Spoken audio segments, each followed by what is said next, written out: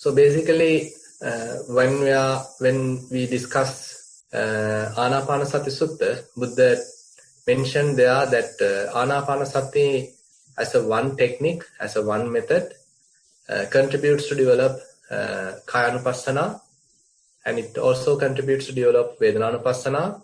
It also contributes to develop Chittanupassana, and also contributes to develop Dhammanupassana. So we discussed how Buddha explaining it. So he is coming up with the 16-step recipe.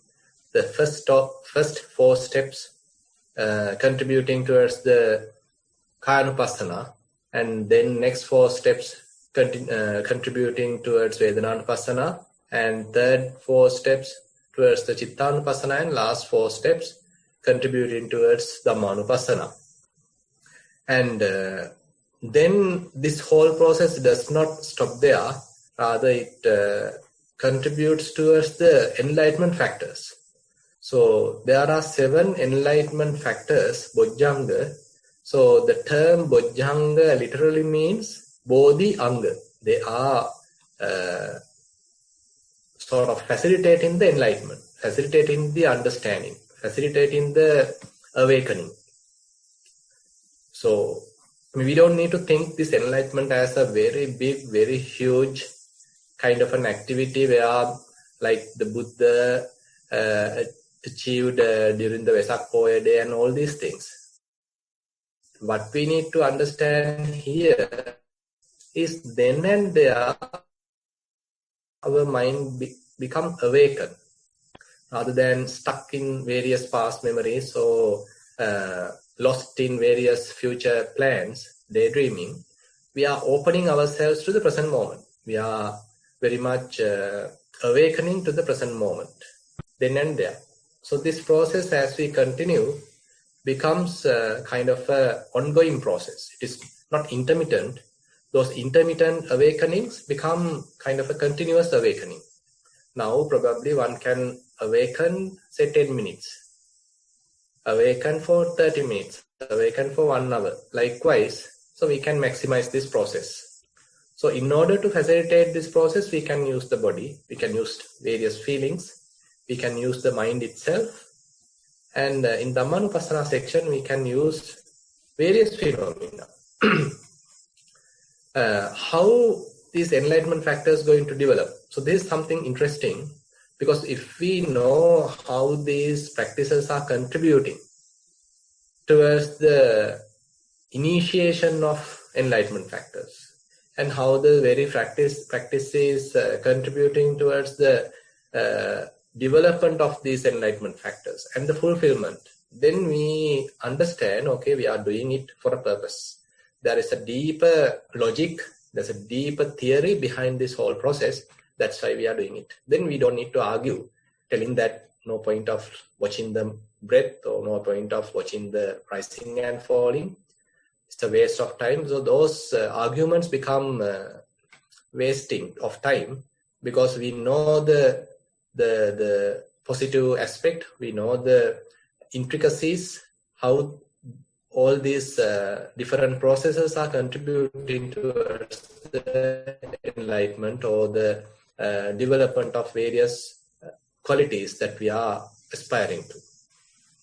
Say, for example, when we are observing the mind, at that point, suppose we have very good mindfulness, we are not daydreaming, we are not thinking about various past incidents. Rather, at this very moment, we are observing what is going on in the mind.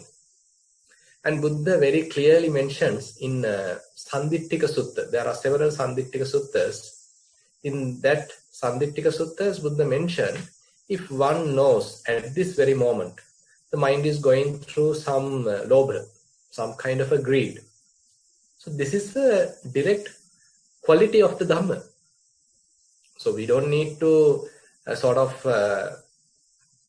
blame ourselves, thinking that mind is going through lobha, greed. I should never have this greed. So there is no that kind of an attitude.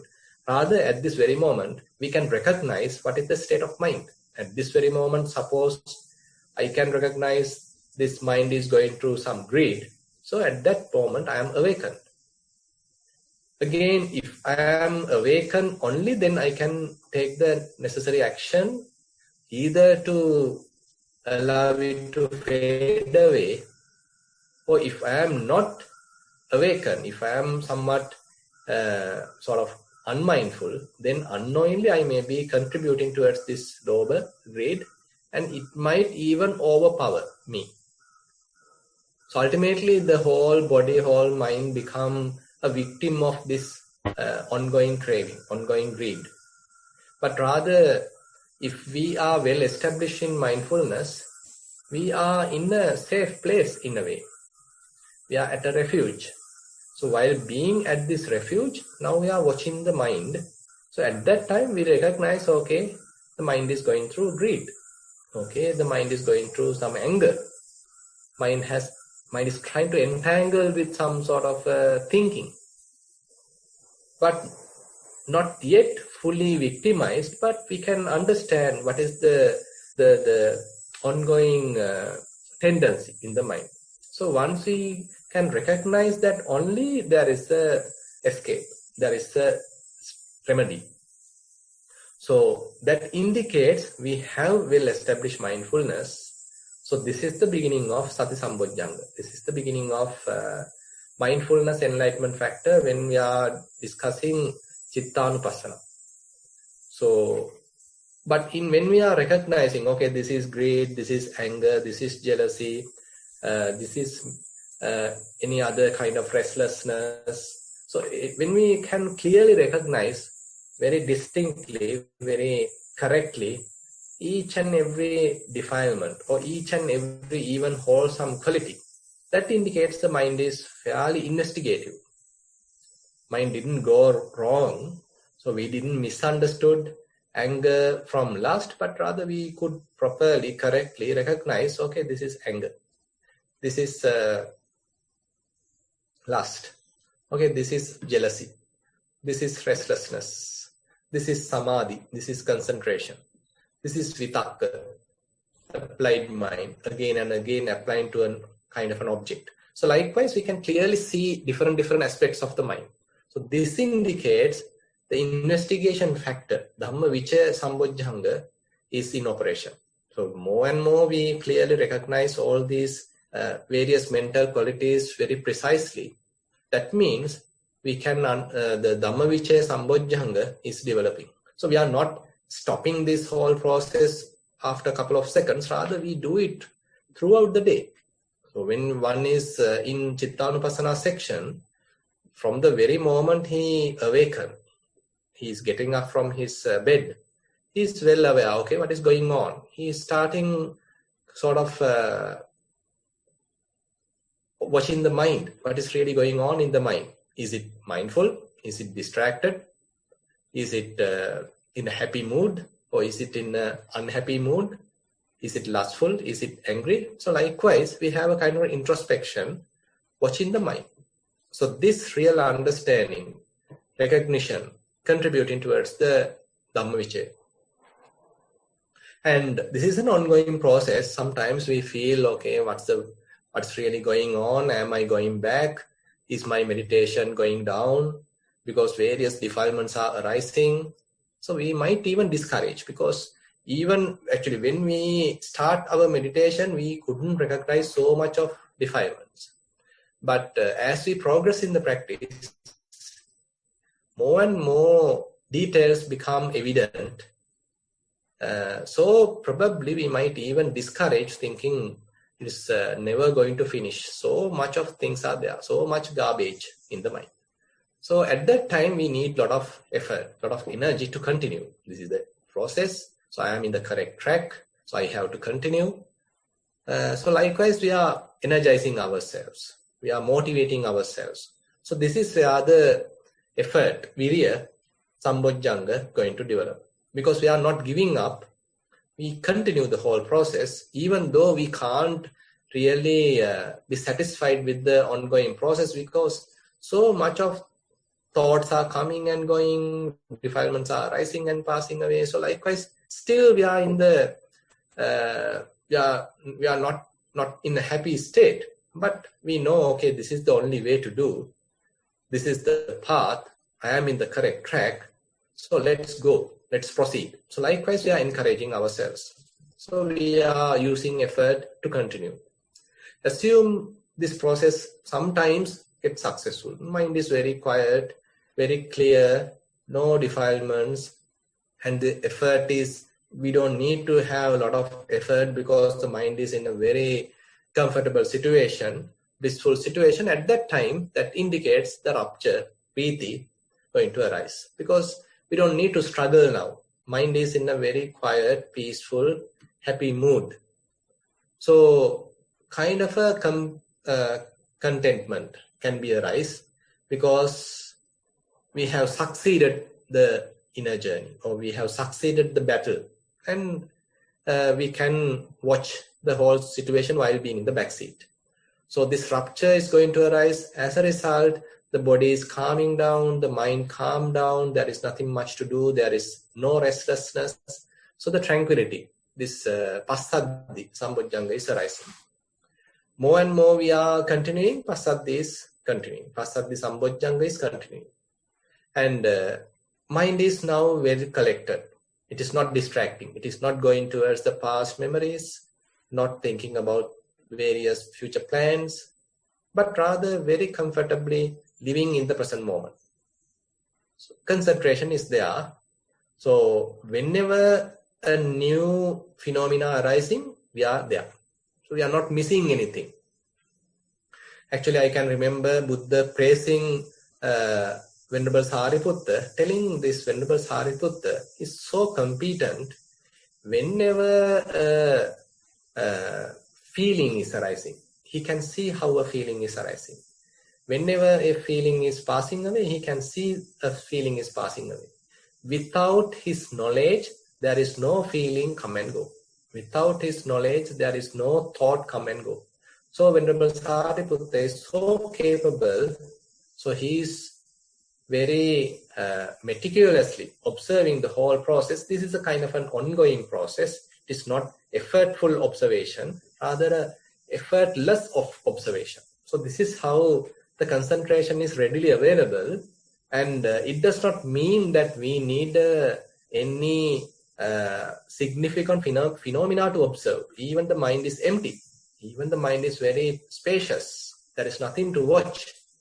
But this emptiness being watched, this spaciousness being watched, so that itself is something useful. We don't need to think that the concentration is always coupled with some phenomena. So that is true during our previous stages.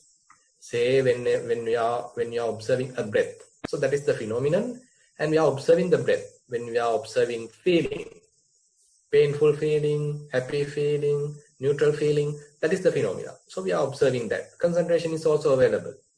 And say we are observing lustful mind, angry mind, faithful mind, effortful mind, loving kindness. Those are various mental aspects. And observing them has concentration, momentary concentration. Assume the mind is totally free. Mind has no more phenomena. Body is very calm. There are no significant feelings. And the mind is fairly empty. So at that time, simple awareness of this emptiness, just be. Kind of an awareness is there. Feel kind of a very comfortable, friction-free. Mind is very open and quite attentive and effortless. So this is another type of concentration. And this is something available especially in Vipassana. Actually, this kind of concentration is available in Samatha, but more into the Arupa Jhana. Not in the Rupa Jhana, but more into the Arupa Jhana, where kind of an opening is there. Everywhere the awareness is spreaded. Similarly, in the Vipassana, one is encountering sort of a spaciousness, sort of a stillness, sort of a unbound state of mind, where there is no significant phenomena to watch, but mind is not distracted. Mind is not going to the past, not going to the future, but utterly in the present moment, not attached with anything. So if this is the situation, we can just be. Nothing to do. So at that time, equanimity comes to the front. So we are continuing, contributing, enhancing equanimity. So this is how, using Chittanupassana, these various enlightenment factors are developing. And suppose you are observing a phenomena and how it is arising and passing away. You are seeing the impermanence nature of it. So in order to see the impermanent nature, so that means your mind is well established on that particular phenomena. So that means Sati Sambojjhanga, mindfulness enlightenment factor is in operation. So therefore, if we consider this Dhammanupassana, Aniccanupassya Sasamiti Sikkhati, means that whatever the phenomenon, it may be a bodily activity, it may be a bodily phenomenon, it may be a feeling, it may be a mental activity, whatever it is, we see how it is arising, changing, disappearing, passing away. So in order to recognize this very clearly, well-established mindfulness is a must. So when we are engaged in such a process, the Sati Sambojjhanga, mindfulness enlightenment factor is developing. And when we know clearly, okay, this is the arising part, this is the changing part, or this is the passing away, fading away part. So likewise, when we clearly, correctly recognizing all these phases, that means the investigation factor, Dhamma Vichaya, is in operation. And if we come to, suppose the whole process is now going on really well, effort, there is no much effort is needed, but we are continuing the process. We need to continue because whatever phenomena arising and passing away, we are watching it carefully. Ardent effort is there because sometimes we might even get afraid. When someone is seeing whole bodily processes, whole bodily phenomena very rapidly arising and passing away, so you might even get afraid. But if you have good confidence, if you have a lot of effort, ardent effort, you are continuing. So this is where the effort, Virya Sambojjhanga, further developing. And when you are in well sync with the whole process, there is a bodily process, there is a watching mental process, everything is in well sync. At that time, there is nothing much to do. So the tranquility is available. Then the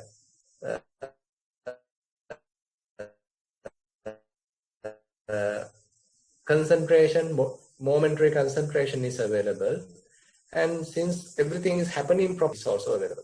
So likewise, when we are observing impermanent nature, impermanence characteristics of any phenomenon, so different enlightenment factors are going to develop. Actually, which enlightenment factor is predominant depend on the process. Suppose you are at the beginning stage. At that time, maybe Sati Sambojjhanga, Dhamma Vichaya. So they may be in the front. But later, when the process is happening by itself, you simply have to watch in a passive way. So at that time, equanimity is in the front. So likewise, the most prominent enlightenment factor going to change as when our whole meditation process is evolving. And in another sutta, actually that sutta is called Aggi Sutta, available in Bojjhanga Samyutta, Buddha mentioned how even to have a balance among these enlightenment factors. And Buddha says, Dhamma Vichaya Virya Piti has to be in one side. They are in one group. And tranquility, concentration, equanimity are in another group. And there Buddha says, when the mind is in a lethargic mood, quite a lazy mood, and at that time, don't develop tranquility, concentration, equanimity. Rather, you have to give prominence towards the investigation, effort, and virya. Because the mind is not in a energetic mood. So if you are contributing, if you are trying to concentrate the mind, tranquilize the mind, being equanimous, then mind going to sleep. Other Buddha encourage us to see very clearly what are more details are available, how things are arising, how things are changing. So likewise, sort of curiosity, investigation has to be aroused in order to go out of this drowsy, lethargic kind of a state. But on the other hand, suppose mind is in a restless situation, too much agitated. On that time, if we are going to develop investigation, effort and rupture, then Buddha says we are like pouring petrol into a sort of ongoing fire. Because already mind is restless.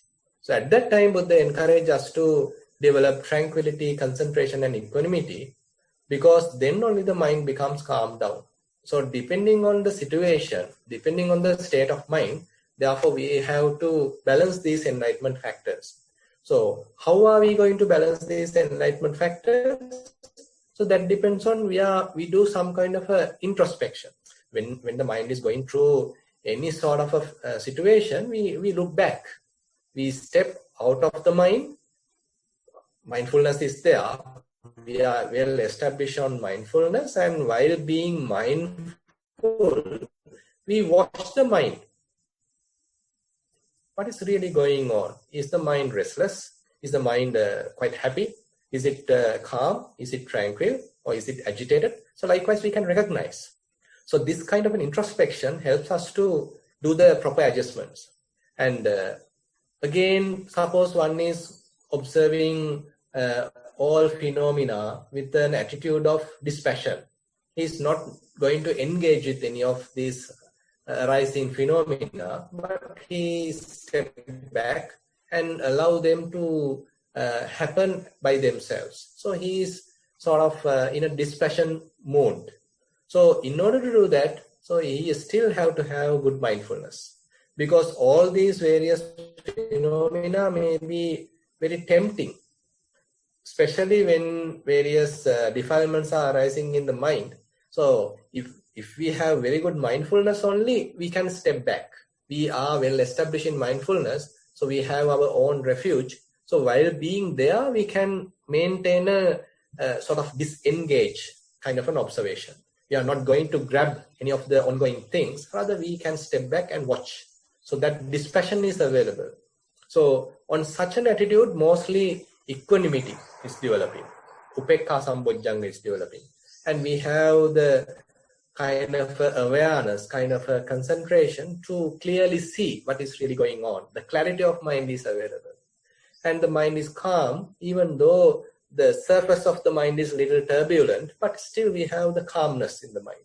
So likewise, these different enlightenment factors are available when we are doing, say, Viraganupassī, and again Nirodhanupassī, Paṭinissaggānupassī. All are different attitudes, different aspects we can take to the front. So more we clearly see various phenomena, may it be bodily phenomena, may it be feelings, may it be various mental phenomena.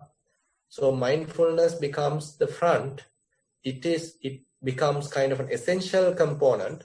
That is where Buddha says in Aggi Sutta, even though Dhammavicaya, Viriya and Rapture is in one group, and tranquility, concentration and equanimity are in the other group. So we understand certain group contributes towards the energy side, contributes towards the investigation side, contributes towards the sort of activation side.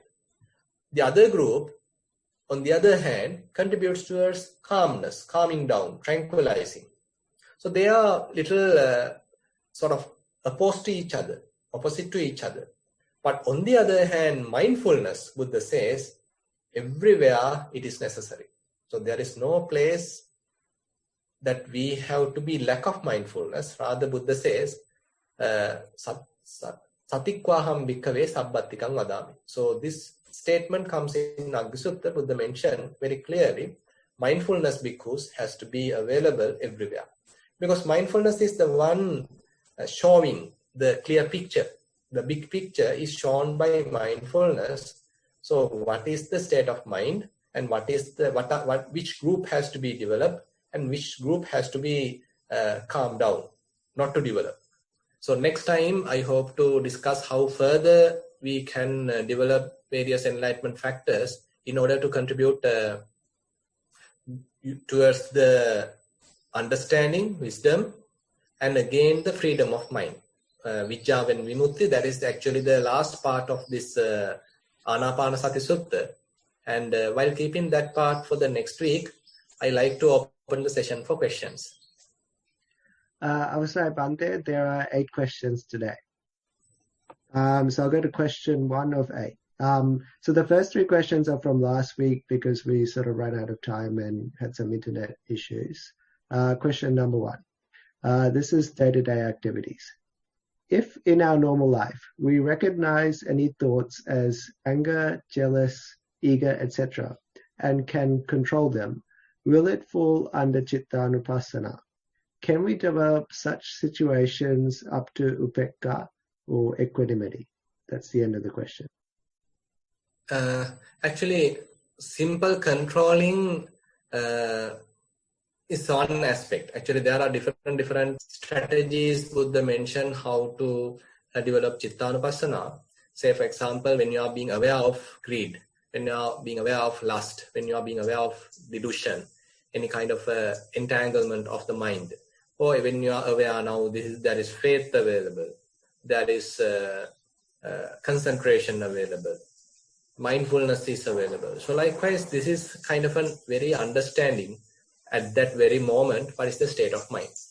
So this is Buddha say this is actually a sanditthika dhamma. This is actually the readily availability, very direct experience of dhamma, because at that very moment you are well aware of the present moment, what is really happening at the mind, in the mind.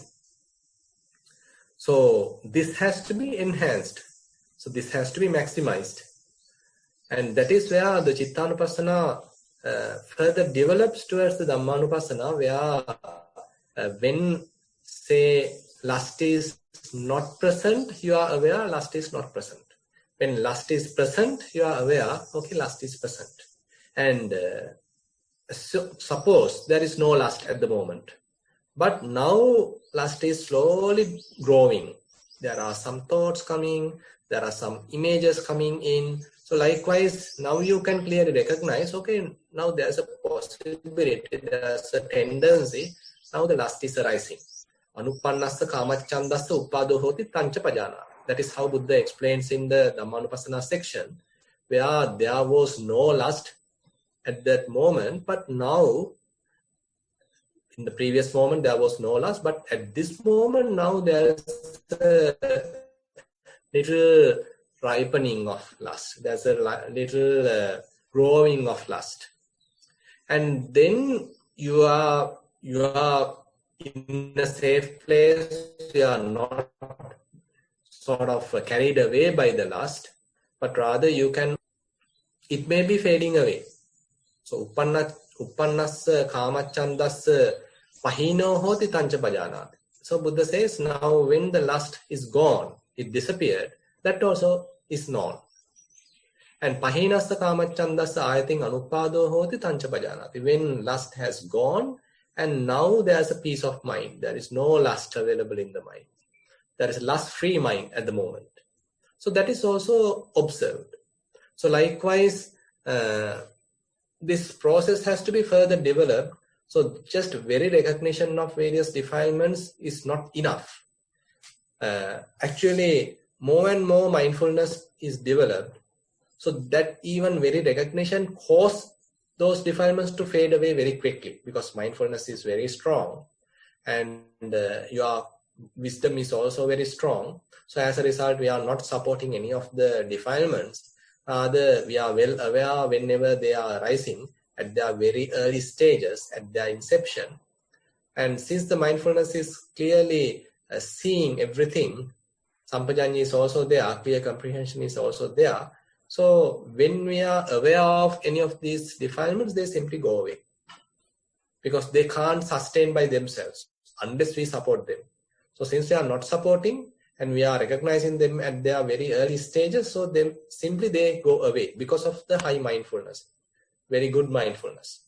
But on the other hand, if you are still in the very early stages of development of mindfulness, that weak mindfulness may not be enough for those defilements to pass away, those defilements to go away, because still the hindrances are strong, powerful. So on such situation, just being aware of various defilements may not be enough. So you may have to do further development, further various other strategies might have to be used in order to tackle these defilements. So that is where the metta bhavana, say for example, the mind become angry. So you are aware now there is anger, but just being mindful, it does not go because mindfulness is weak, and you only get to know anger at a little high state. At that time, the mindfulness has spread everywhere, like a virus, for example, like a cancer. So if you recognize cancer at its inception, it is easy to take a remedy. But if it is spread throughout the body, then you have to go through chemotherapy, etc., etc. It's a big process. So likewise, whenever defilements are recognized at its inception, we have a better chance of overcoming it very quickly. But on the other hand, if due to lack of mindfulness, if they have grown to high state, so we have to use other strategies. So if anger is too much, then probably we can practice metta meditation, loving kindness meditation, so that we can calm down the mind. On the other hand, if the mind is going through a lot of burning lust and we couldn't control it, probably we can do some asubha bhavana. So likewise, different strategies Buddha has mentioned, but ultimately, when mindfulness is grown, we don't need to use any of these other techniques. We can be confident about our own practice, about the mindfulness itself. So that is where Buddha mentioned the noble people, Arya Puggalas, actually they simply trust on mindfulness. So they keep mindfulness as the only protector. If you read the Arya Vasa Sutta, which is available in Anguttara Nikaya 10th section, Dasaka Nipata, where Buddha mentioned Eka Rakko Hoti, Sata Rakhena Chetasa Viharati, where the noble people, Arya Puggala, say they are actually keeping mindfulness as their own protector, only protector, and because mindfulness is fairly strong, and just being mindful, they can simply overcome any of the defilements. Actually, mindfulness is well coupled with wisdom. It is not that the mindfulness alone is operating, but the mindfulness is the one showing the picture. And at that time, one can utilize any of different strategies to overcome the recent defilement. Question 2 of 8. Walking and sitting. Dear Bante, I start sitting practice after 50 to 60 minutes of walking practice. The walking process happens as well as per Bante's guidance. The mind gets collected well after about 30 minutes. When this happens and I sit down, I could not trace the breath from the start, which makes the sitting process a bit awkward. The breath becomes very subtle and disappears immediately, which makes me wonder if my concentration is too much. Is it okay to reduce the walking process and cut down the time in this scenario? With metta, that's the end. So, let me clarify a little bit, Chatu. So, he's in the walking process, right? Still in the walking meditation. Sorry, your mic is mute. So let me have a quick look. So he starts the sitting practice about after 60 minutes. Exactly. And then so then they gets collected. And then I think the question is maybe they need to reduce the walking time. Because mind is very calm down.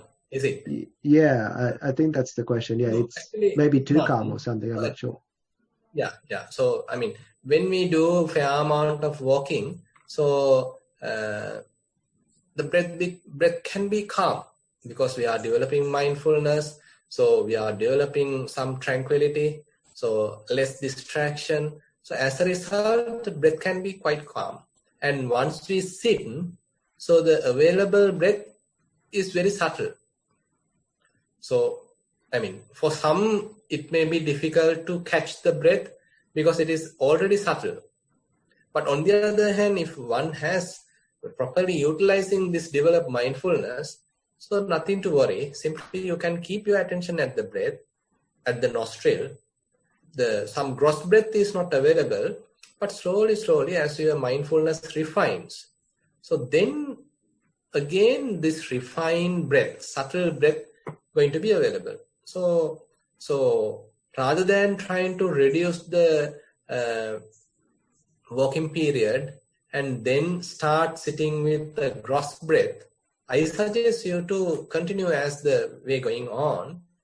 And once you come back and keep as usual, you can keep your attention at the nostril. And even when there is no gross breath is available, very subtle breath may be available, and you are simply keeping your attention at the nostril. There is nothing much to do. There is nothing much to watch, but still you are keeping your attention at the nostril. And as a result of this further refining, because when you come back, when you are sitting after coming back from a walking session, it may take a little bit to settle because the body has to be settled. Again, the mind has to adjust to the new posture. So likewise, it may take several minutes to completely settle to the present moment. So after that, it's a matter of refining mindfulness, because you can definitely refine your mindfulness in sitting posture than the walking posture. So because the body is in a still position and mind is not agitated and you are not doing anything intentionally. So all these different, and again, the body is quite comfortable compared to the walking posture. So likewise, there are various attributes contributing towards refined mindfulness while being in the sitting session. So therefore, when that level of refined mindfulness is available for you, then you can recognize this subtle level of breath. So therefore, you can simply continue your practice as you are doing. So don't worry even breath is not available, and don't worry even thinking that every time the gross breath has to be available, then only I can proceed.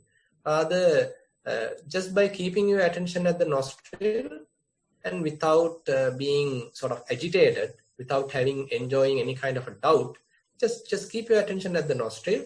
Slowly, you can recognize how breath is going to appear, and it may be a very subtle breath, of course.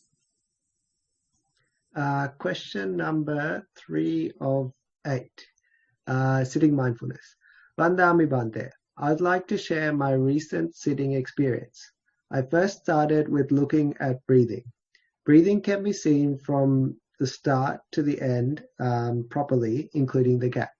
After a few minutes, it fades away and I started feeling a painful feeling. Usually my sitting meditation finishes with this painful feeling. However, a few days ago, I was determined I would not stop the sitting if the painful feeling came. And I would look at what would happen to the painful feeling. It was increasing in intensity, and within a few minutes, it faded away with it faded away with. I think what they say is it faded away, and they could feel a bit of heating in the body.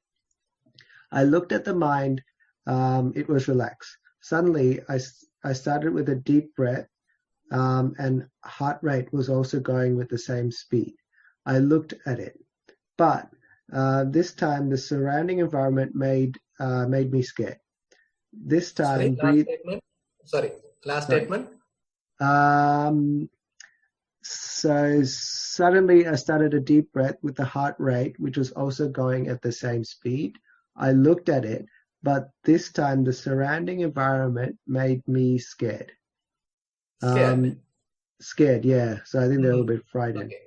Okay. Okay. So that time, breathing and heart movements stopped. I had this experience a few times before as well. Please kindly give me advice to improve my meditation. That's the end of the question. Didn't mention for how long heart stopped, ne? Heart stopped. No, not specifically. It's not worded so well. Okay. So I think because I mean typically there are different experiences can happen, but if we can allow it to happen rather than getting agitated, then the whole process going on by itself. But if we have any kind of a kind of a prejudice in the mind, kind of a framework in the mind, some fixed say recipe in the mind, so then we are in the wrong direction. Actually, more we get on towards the mindfulness practice, more we are continuing our practice, we have to allow things to happen by itself. So we are not intervening the process. We are not interfering the process. We are not having any kind of a predefined agenda towards how things are going to happen. Rather, we have kind of a radical acceptance. Whatever it is happening, I am ready. So I have given my life towards the Buddha, Dhamma, Sangha. So let things happen. So likewise, if we are continuing our practice, then I mean, even various bodily processes are happening, painful feelings are happening, but I am enduring them. I am being patient with them. And after that, suppose it is all calming down. So I am just being aware of them. And again, the heartbeat is increasing. I am aware of that. Heartbeat is decreasing. I am aware of that. But I am not trying to get agitated. I am not expecting it to be in a particular rate. I don't have any recipe. I don't have any kind of predefined schedule, predefined framework. Rather, I am having a quite open attitude. Whatever happens, I am simply being mindful of that. So therefore, I mean, it's difficult to give a direct answer immediately.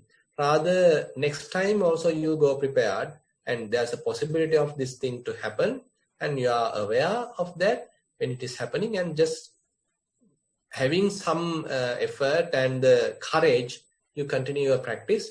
And if it is continuing further and further, again and again, please let me know, so we'll discuss further. Question 4 of 9. This is about day-to-day activities. Dear Venerable, I would like to put my attention only to the breath all the time. But when I have to deviate from that and talk to someone or do some other mentally involved work, such as writing emails, I get a little agitated. But I am not lazy. I do all the other work. I want to be able to do things as if I'm wearing a glove and touching all the dirt. I remember I come to this state before. I have come to this state in the past when I attend retreats. It is a good feeling. I know nothing is permanent, but I feel that this place is a safe place to be. Any advice would be much appreciated. With metta. That's the end. So can you repeat, Chatu, that state? Has he mentioned what is the kind of state he is telling, that kind of a refuge? Okay. It says, so I think this is what they say. I want to be able to do things as if I'm wearing a glove and touching wearing what? A glove, like something on your hand. Glove. Yeah, Okay. gloves. Yeah. Right. I remember I come to this state in the past when I attend retreats. It's a good feeling. Okay. I can sense something. Fine. Actually, at the beginning stages of our practice, so we are effortfully developing mindfulness. Actually, we are trying to be in the present moment. We are keeping our attention on the breath. we are keeping our attention on each sensation, each feeling, each sensation while walking. So likewise, we are doing. So a lot of effortful practice is there. But more and more we develop mindfulness, so then the mind understand what is the proper dose in a way. So we don't need to put a lot of effort now, because mind is already calm, already mindful. So at that time we have to reduce the effort and allow the process to happen by itself. So that is how we disengage from the process. So process is there, but we disengage from the process, and we are watching the whole thing, but in a more comfortable manner, not with effortful manner, but rather with some effortless manner. So this is quite comfortable. When compared to your previous state of practice, now this state is quite effortless. Now things are happening smoothly. So as a result, you feel okay. You are like wearing a glove, because things are available, but you don't need to strictly or sort of strongly grasp anything, because the mind is not distracting, but rather mind prefers to stay in the present moment without much of your intervention. Mind by itself is staying in the present moment very happily. At that time, you can simply be in the back seat and let the thing happen. So this requires the amount of practice. So therefore, if you have experienced that kind of a situation, on that time, actually the whole thing is in the proper place. But now, due to some reason, if things have gone in the negative direction, you may need to further develop mindfulness and clear comprehension. So as a result, you may definitely come back to the same state. So it's a matter of time that how long you will take to refine this mindfulness, how much you are spending time. And as a result of your continuous practice, you definitely can come to this stage. So don't worry, so you can continue your practice. So slowly you would be able to come back to the same state where you were. Because more and more the practice becomes effortless. Question 5 of 9, sitting mindfulness. Dear Venerable, I started by looking at my breath. I was watching about 5 breaths and then noticed a sudden feeling of sudden emptiness. A sudden empty large feeling. It's like when I'm looking at a star in the dark sky, how suddenly the attention goes to the vastness of the sky. So I was paying attention to it. Then I noticed various thoughts come in. They didn't look like thoughts, they looked like actions, things I need to do. So although my eyes were closed, these things were playing in the front. I dwelt on them for a while and told myself, my mind is getting agitated and I don't like it. So I want to come back to the breath. Then the mind came back to the breath. Again, after 5 breaths, it went to the vast, large, empty feeling. This happened like cycles. In between the breath and the vast, large emptiness, the thoughts popped up. Another thing I also noticed was during this sitting, at the beginning, I found various parts of my body had been tight. For example, tongue was pushed down to the bottom of the teeth, and this happens when I'm nervous in normal life anyway. Shoulders were not relaxed and taking short breaths. During this time, they eased, but I noticed a heaviness in the heart. It's just like an energy ball near the heart. I wonder if I was under stress or pressure in some way. And just a little background, I had to force myself to study for an exam, and I was getting a bit stressed about it. Not sure if it was because of that. Any advice would be appreciated with metta. That's the end. Yeah, actually, what you have explained is the sort of the indications that some kind of a tension is available. Whenever tension is available, we are keeping either tongue pressured onto the gums or onto the teeth. So that is one way of physical aspect. And sometimes our shoulders, as you have mentioned, kept effortfully, not relaxed, not in a restful position, but in a sort of a tense position. Sometimes we keep our hands in a tight position. We are pushing rather than simply relaxing. Maybe some certain muscles we may be effortfully holding. Not the whole body is in a very restful, relaxed position. Likewise, and again, it's quite obvious now when we are at a stress, there are many wrinkles in the forehead. So likewise, different indications are there, bodily indication, physical indications are there. Now the body is in a stressful situation, and the mind, of course, in a body is in a tense situation, and of course the mind is also in a tense situation. So mental tension, the mind tension actually contributes to the physical tension. So when you can recognize these physical tense points and let them go, then mind also become tension free. Say for example, if you are able to recognize, okay, I am thrusting my tongue towards the gums, towards the teeth.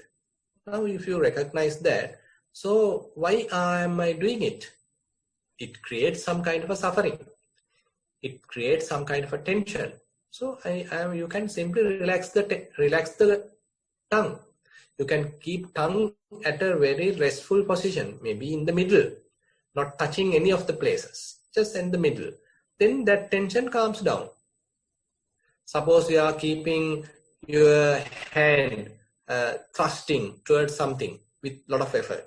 Now you relax your hand and come back and keep it on your lap. So the tension is gone. So likewise, so this physical tensions are very good indication to be free from tension. So we recognize the tension, and as a result we can understand, okay, I am unnecessarily making a tension, unnecessarily keeping some effortful posture, so I can relax. So as a result of that relaxed, effortless nature, then the mind is also calming down. Actually, this is very simplified practice of Four Noble Truths. In the Four Noble Truths, Buddha asks us to recognize suffering, recognize unsatisfactoriness, recognize stress, recognize tension. So whatever it is unsatisfactory, Buddha asks us to recognize. So instead of we are dealing with the mind, suppose we can even deal with the body. If we can recognize these bodily tensions, bodily stress, then Buddha asks us to see the cause. So then we can recognize, okay, I am putting unnecessary attention, unnecessary hope. Likewise, I have too much expectations. So we may have mental component to that. So you can release that. As a result, mind calms down and body calms down. So therefore, if you have an exam in the front, definitely it also contributes this whole process. And therefore, calm down yourself and keep the body stress-free, and then mind also becomes stress-free, tension-free. Bhante, is it okay if we go a little bit of overtime? We've got another 3 questions. Yeah, no problem. Okay. Question number 6 of 9, mindful walking. Dear Bhante, I have been practicing mindful walking and sitting sessions regularly. Now are coming across to a stage of observing various thoughts arising and passing away after some time of being mindful. When I observe thoughts, the passing away seems visible, but the begging is hard. But the begging is quite hard to observe. Only when I spend at maybe beginning, right? Beginning is hard to observe. Beginning. Yes. I think that's it. Only when I spend adequate amount of time being mindful on the breath or walking, I start seeing the gap before the thoughts arise. During day-to-day activities, I cannot do this at all. Only when the thoughts are prevailing, I know that they are thoughts, and I can watch them until they pass away. Is it normal, Bhante, that the gap before any thoughts arise is difficult to observe? With metta, that's the end. Yeah, it is difficult to observe at the beginning because still mind is not restful. It is mindful, is in a little restless state, and therefore one after the other thoughts are coming. But more and more you observe them, more and more you are not contributing towards them, you are not encouraging them, you are not strengthening them, then they start to calm down. They start to fade away. So once they are fading away, then you are observing the gap. Then you observe, okay, one thought came and passed away. Another thought came and passed away. Another thought came and passed away. And since you are not strengthening them, you are not promoting them, so they pass away quickly because they are not growing to higher levels. Rather, they come and you are mindful and quickly they pass away. Another one come, you are mindful, quickly it is passing away. So now slowly, gap going to arise. There is no new thought coming up, new thought popping up. Now you can experience the gap between thoughts. So if you can recognize this gap between thoughts, just encourage that. So you need to further encourage that that sort of a practice. You simply have to continue your practice. So as a result, your mind becomes more relaxed. Mind becomes spacious. And mind becomes still and thought-free. So this is, Buddha says, this is the typical, normal nature of the mind. All these thoughts are, in a way, strangers to this mind. But unfortunately, we are thinking strangers as our family members. So we actually have sort of misunderstood the whole situation. But Buddha says, let these all strangers go away. And then you come back to the reality. More and more we allow thoughts to pass away without encouraging them, without strengthening them. Their lifespan become less and less, shorter and shorter. And as a result, mind becomes further calm and the gap going to be increased. The gap between thoughts going to be increased. So that gap, that spaciousness has to be further developed. Then the mind becomes more and more spacious. It's very much like someone sweeping the house. So a lot of garbage. Where a lot of garbage. Now suppose you started sweeping the whole floor, sweeping the whole garden, sweeping the whole house. Now slowly the whole house become quite tidy, quite clean, quite spacious. So similarly, the mind is also corrupted with a lot of unnecessary things, congested with a lot of unnecessary thoughts, a lot of unnecessary regrets, various past memories. And we are continuing to encourage that. We are continuing to aggravate that. Rather doing that, so why not allow them to calm down? Why not slowly disengage from all these thought processes? If you do that, then all these thought processes go away, calm down, and mind become calm, mind become thoughtless. So this thoughtless but fully awakened, thoughtless but fully mindful, thoughtless but fully aware. So this is the state Buddha says, Pabassaramidam bhikkhave chittam. Mind is originally, Buddha says, clear, clean.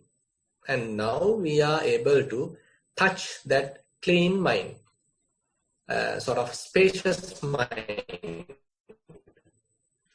tension-free mind, still mind. And that from there we have to further develop. And therefore I encourage you to continue your practice and appreciate this emptiness, appreciate this spaciousness. Question number 7 of 9. This is about day-to-day activities. Is there a difference between focusing and being mindful? And when doing day-to-day activities, is it advisable to focus really hard on the activity? That's the end of the question. It depends actually. So if you are at your early stages of developing mindfulness, you may have to effortfully focus on various activities. Say you are sweeping, so you have to focus your attention on the grip. Maybe you have to focus your attention on the touching sensations. Maybe the sensations happen on your soles. So likewise, you have to focus your attention, because if you are not doing it, then mind distracts. It may go to the past, it may go to the future. But on the other hand, if you are developing daily, and if you are able to recognize spacious mind, if you are able to recognize that unbound kind of a nature of the mind, if you are able to maintain sort of an emptiness in the mind, then the mindfulness becomes effortless. So at that time, no need to effortfully focus your mind. Suppose you are sweeping, but keep the mind empty while sweeping. You don't need to specifically pay attention to any place. Rather, keep the mind free, keep the mind empty. That becomes more and more comfortable, and that would be the encouraged path further. Actually, we didn't discuss that level in the Anapanasati Sutta section. We can discuss it on next week. But at our early stages of development, we have to effortfully focus our attention. Question number 8 of 9. This is a general question. Venerable Sir, with my thoughts during meditation, sometimes I am unsure whether I am simply watching the thought or whether I am involved in them. The outcome is the same either way. The thought eventually passes, or I analyze it and I return to breath or stillness. Sometimes I can see when it arises, but sometimes I cannot. Sometimes I do feel emotions with these thoughts, whether positive or negative, in daily life. Even if I watch a show, I will feel emotions corresponding with the actor.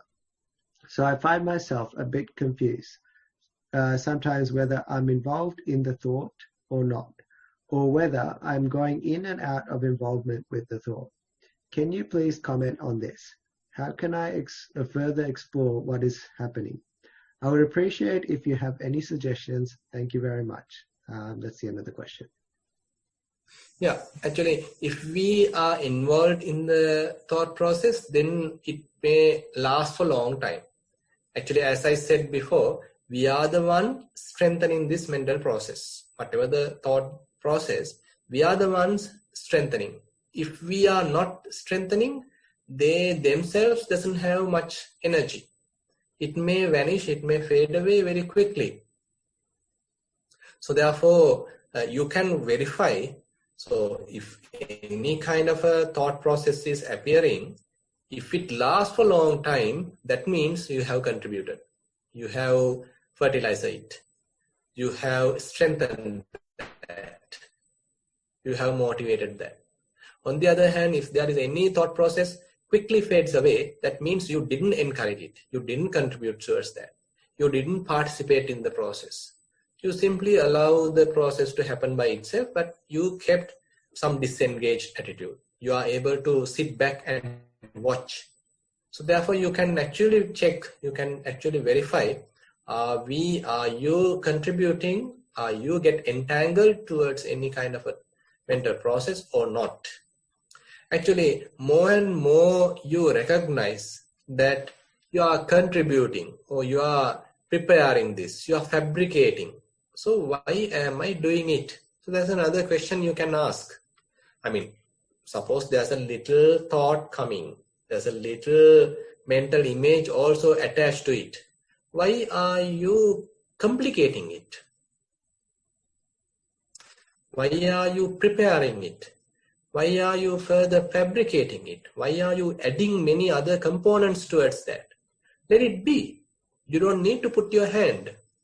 We don't need to get entangled. We don't need to put our hand. We don't need to interfere. Let it go.